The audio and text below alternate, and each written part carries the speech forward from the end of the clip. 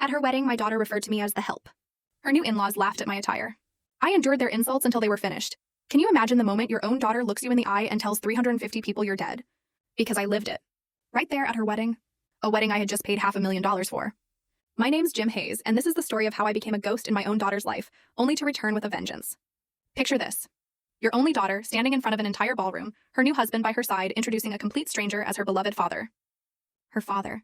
Meanwhile, every vendor, every exquisite flower arrangement, every shimmering piece of crystal, all funded by the bank account of the dead father sitting alone at table 18. Yeah, that was me.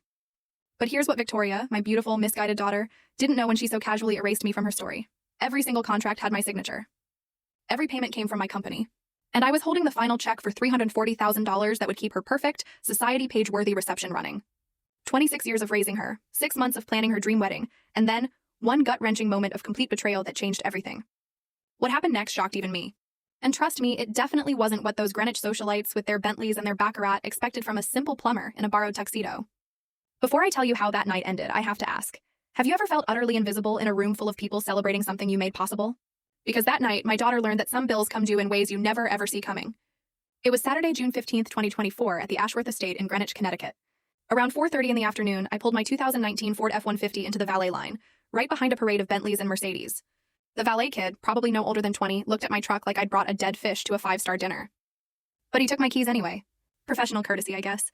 My rental tuxedo from Men's Warehouse felt like a cheap costume. $89 for the day. Meanwhile, every other man there wore suits that probably cost more than most people's monthly rent. I could tell by the way the fabric moved. You don't build a business for 30 years without learning the difference between genuine quality and sheer pretense. But they had no idea who was really paying for their champagne. Inside, crystal chandeliers, each easily worth $25,000, cast a warm glow over 350 of Connecticut's finest.